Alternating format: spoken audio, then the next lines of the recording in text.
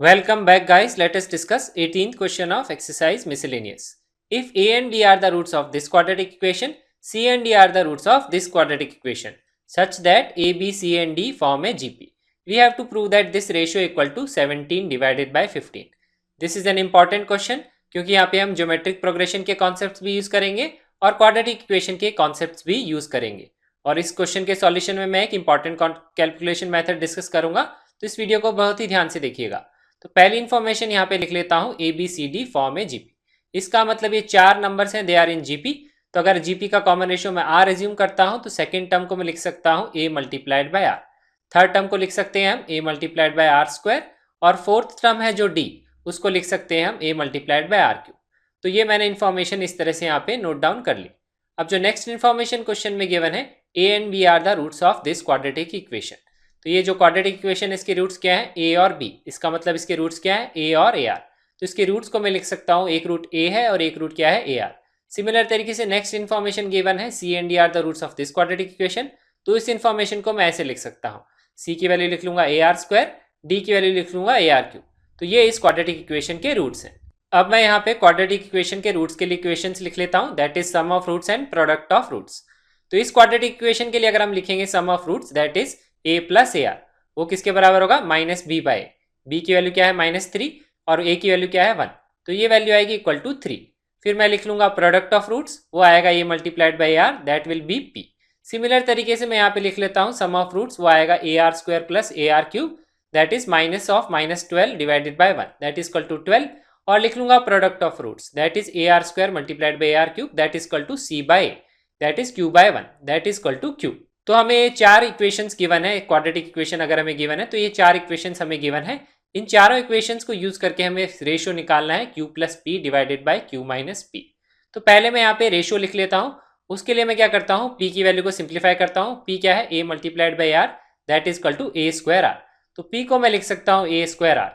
यहाँ पे फिर मैं क्यू को लिख लूंगा, Q is A R square multiplied by R cube, that is A square multiplied by R as to power 5। तो ये मैं सेकेंड इक्वेशन को सिंप्लीफाई कर लिया और मैंने यहाँ पे क्यू की वैल्यू निकाल ली।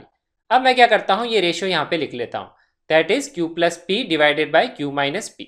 उसके लिए मैं क्या करूंगा, क्यू की वैल्यू सब्सटीट्यूट कर दूंगा A square R S to power 5, और पी की वैल्यू मैं सब्सटीट्यूट कर दूंगा ए स्क्वायर आर। अब ये दोनों वैल्यूज मैं यहाँ सब्सटीट्यूट करूंगा तो इक्वेशन इस तरह से बनेगी, A square R S to power 5 plus A square R, denominator में आएगा विद नेगेटिव साइन। अब अगर हम यहाँ पे नोटिस करेंगे तो न्यूमरेटर में से क्या कॉमन है, A square R is common in the numerator as well as in the denominator. तो यहाँ पे बचेगा आर एस टू पावर 4, यहाँ बचेगा 1। तो इस इक्वेशन को हम इस तरह से लिख सकते हैं, ए स्क्वायर आर कॉमन आ जाएगा, यहाँ पे आएगा R S to power 4 plus 1, denominator में आएगा R S to power 4 minus 1। अब अगर हम यहाँ पे नोटिस करेंगे तो न्यूमरेटर और डिनोमिनेटर में से A square R cancel out हो जाएगा। तो जो हमें रेशियो निकालना है वो R S to power 4 plus 1 divided by R S to power 4 minus 1। तो बेसिकली मुझे अगर आर की वैल्यू पता लग जाएगी तो मेरा ये रेशियो इवेलुएट हो जाएगा। तो अभी हमने क्या किया, सेकंड और फोर्थ इक्वेशन को यूज करके हमने लिखा ये रेशियो। अब हम यूज करेंगे फर्स्ट और थर्ड इक्वेशन, उन दोनों इक्वेशंस को यूज करके हम निकालेंगे आर की वैल्यू। तो इस तरह से जब भी इक्वेशंस गिवन होती है जीपी में, जिस तरह से सम की इक्वेशंस बनती हैं, तो उस इक्वेशंस में हम क्या करते हैं, टर्म्स में उन दोनों रेशियोज को डिवाइड कर देते हैं। बेसिकली इन दो सम के रेशियोज को डिवाइड कर देंगे। तो इसको डिवाइड करेंगे तो आएगा दिस डिवाइडेड बाय दिस, तो ये आएगा लेफ्ट साइड में, राइट साइड में आएगा 12 डिवाइडेड बाय 3। ऐसा करने से देखिए क्या होगा, अगर हम यहाँ नोटिस करेंगे तो ए और न्यूमरेटर डिनोमिनेटर में से कॉमन आ जाएगा, तो ए कैंसिल आउट हो जाएगा। तो ये बेसिकली इक्वेशन बनेगी आर के अंदर, और बेसिकली हमें क्या निकालना था, आर ही हमें इवेलुएट करना था। तो अगर हम नोटिस करेंगे तो न्यूमरेटर में से ए आर स्क्वायर हम कॉमन ले सकते हैं, तो यहाँ बचेगा 1 और यहाँ पे क्या आएगा आर। तो इसको हम इस तरह से लिख लेंगे, ए आर स्क्वायर कॉमन आ जाएगा, यहाँ पे आएगा 1 प्लस आर, डिनोमिनेटर में से a कॉमन आ जाएगा, तो डिनोमिनेटर को हम लिख सकते हैं a multiplied by 1 plus R. Right side में आएगा 12 divided by 3, that is equal to 4। अब अगर हम यहाँ नोटिस करेंगे, देखिए a कैंसिल आउट हो गया, 1 प्लस आर भी यहाँ पे कैंसिल आउट हो जाएगा, तो हमें मिल जाएगी आर स्क्वायर की value, that is equal to 4। तो हमने यहाँ पे आर स्क्वायर की वैल्यू निकाल ली। हमें आर की वैल्यू निकालने की जरूरत नहीं है, क्योंकि यहाँ पे नोटिस करिए जो रेशियो निकालना है उसमें आर एस टू पावर 4 है, दैट इज आर स्क्वायर का होल स्क्वायर। तो बेसिकली क्या है, आर स्क्वायर की जगह मैं 4 पुट कर दूंगा, तो इस एक्सप्रेशन को लिख सकता हूं 4 square plus 1 divided by 4 square minus 1। तो ये वैल्यू हम इवेलुएट कर सकते हैं, 16 प्लस 1 17, 16 माइनस 1 इज 15। तो ये रेशियो हमने यहाँ पे निकाल लिया, that is Q plus P divided by Q minus P, that is 17 by 15।